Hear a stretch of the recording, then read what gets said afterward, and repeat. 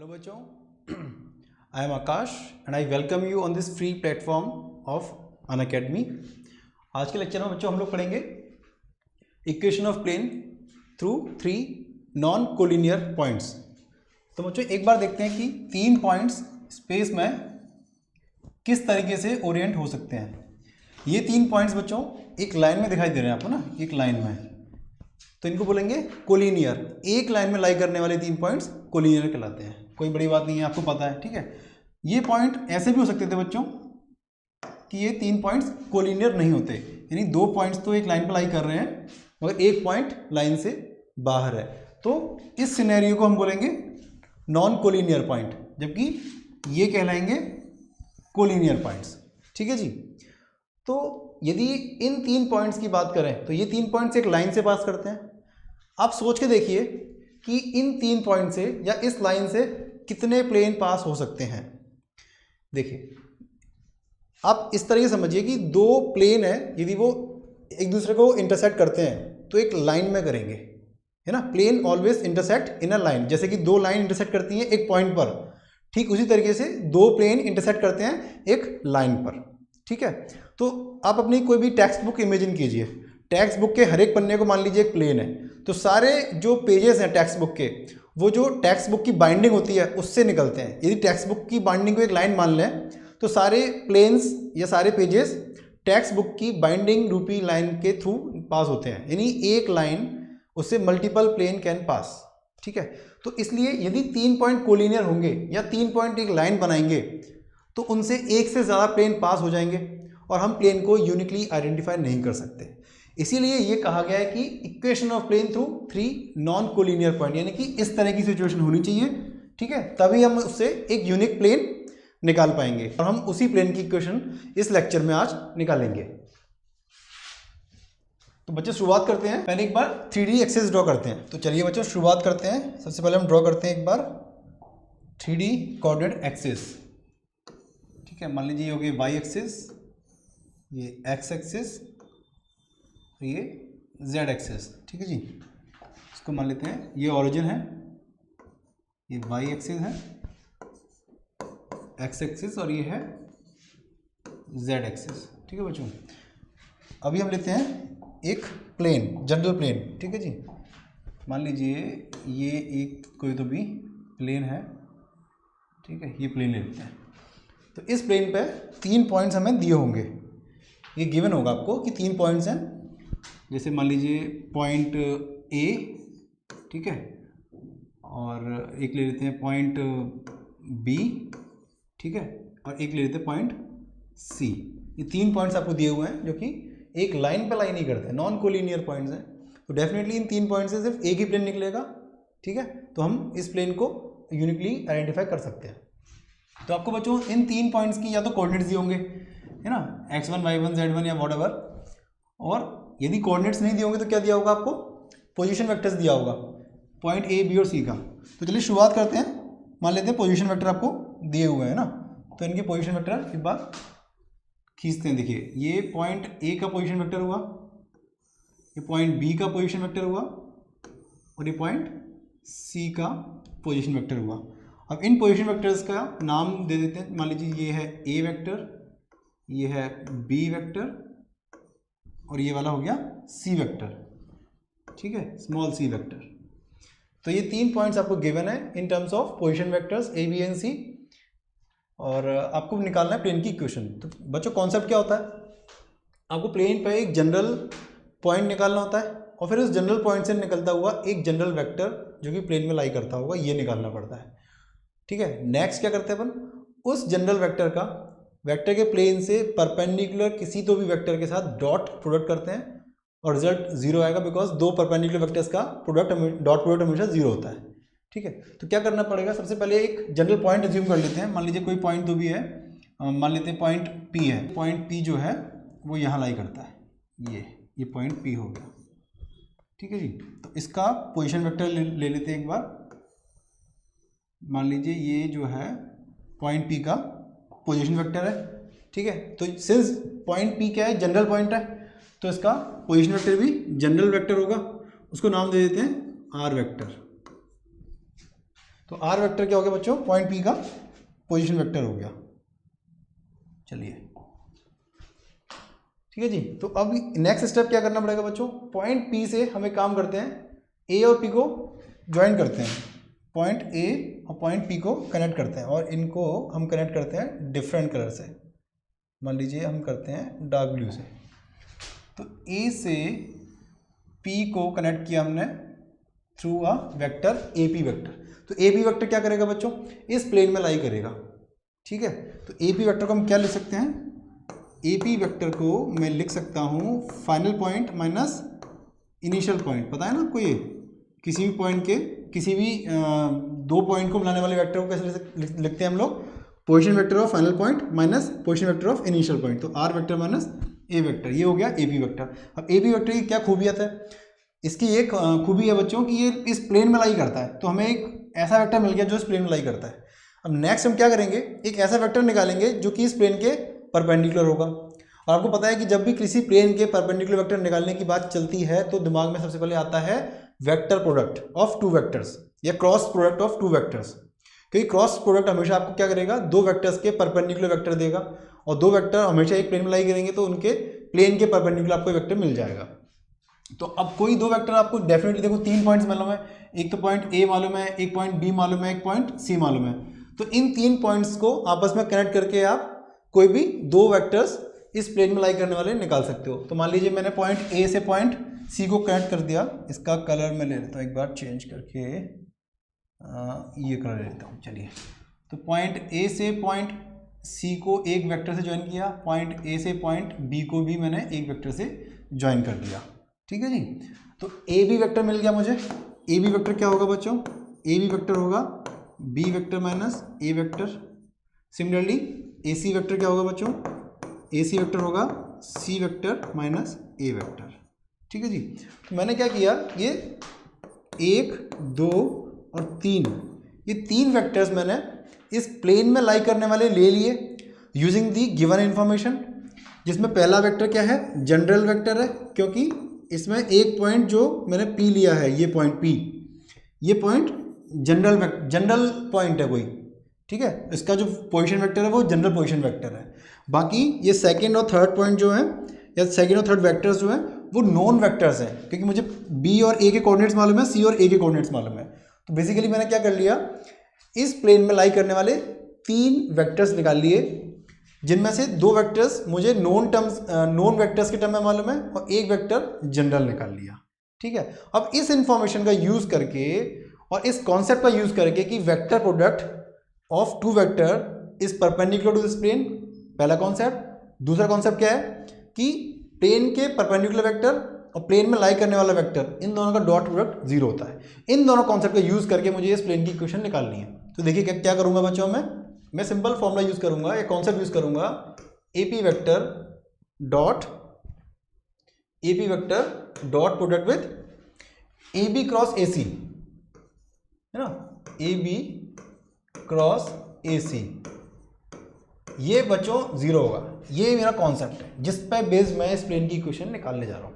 ठीक है, A B cross A C is perpendicular to this plane and A P lies inside this plane.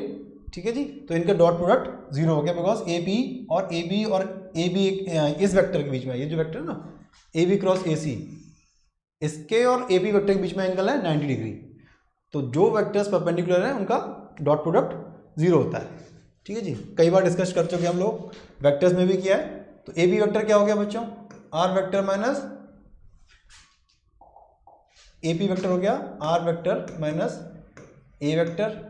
इसका हमें dot product करना है, किसके साथ करना है, ए बी के साथ, ए बी क्रॉस ए सी के साथ। तो ए बी क्या है, बी माइनस ए, तो B vector minus A vector cross C vector minus A vector, this is equal to 0.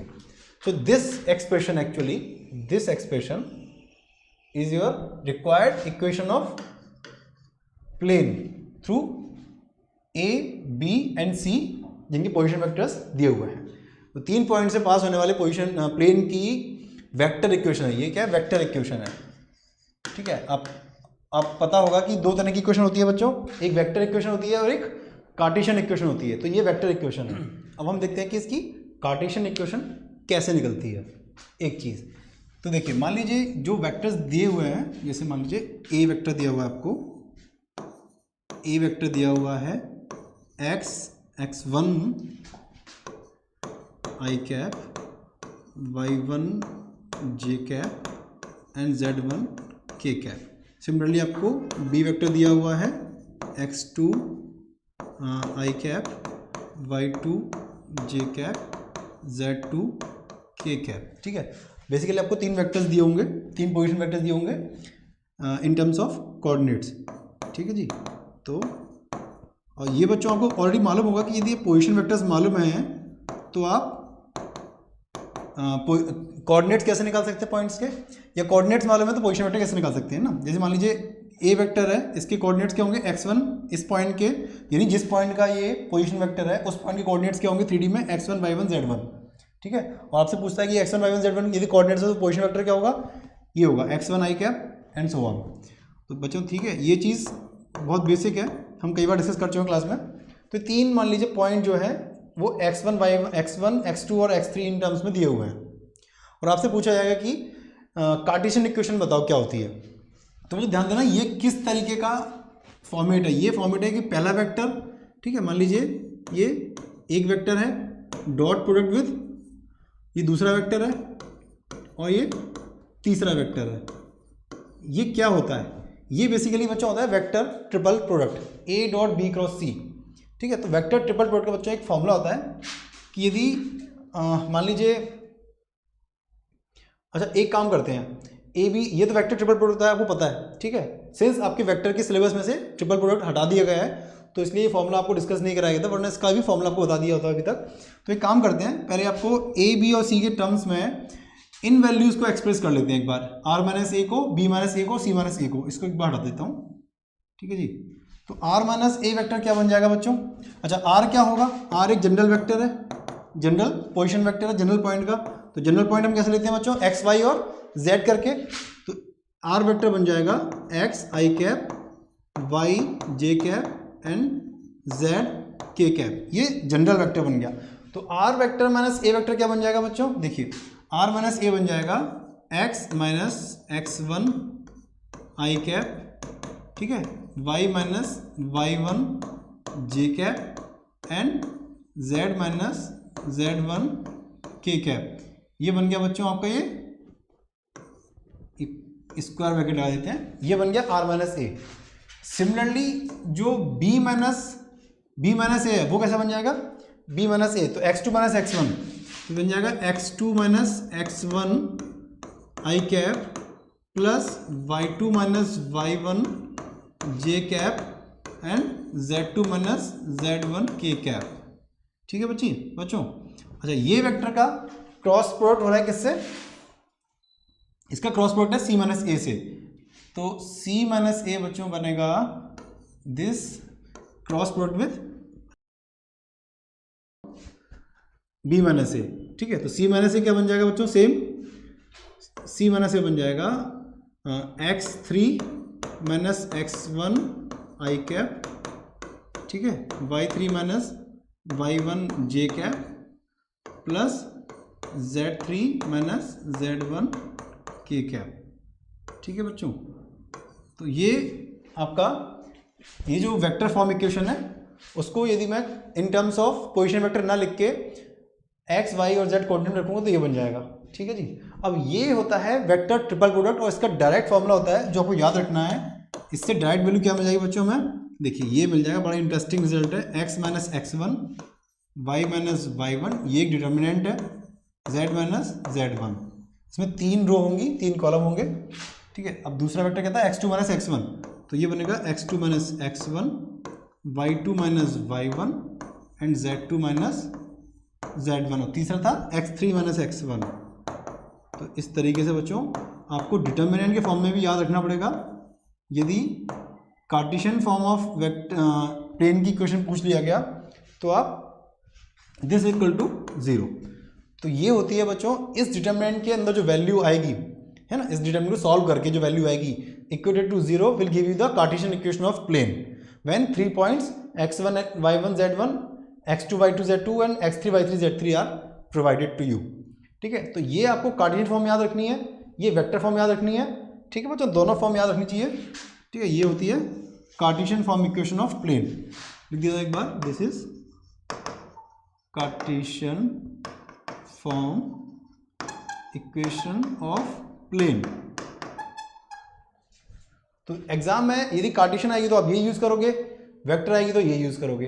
ठीक है, और वेक्टर इक्वेशन का जनरल फॉर्मेट क्या होता है बच्चों, ये भी याद रखने की चीज है। देखिए, जनरल फॉर्मेट होता है आर वेक्टर डॉट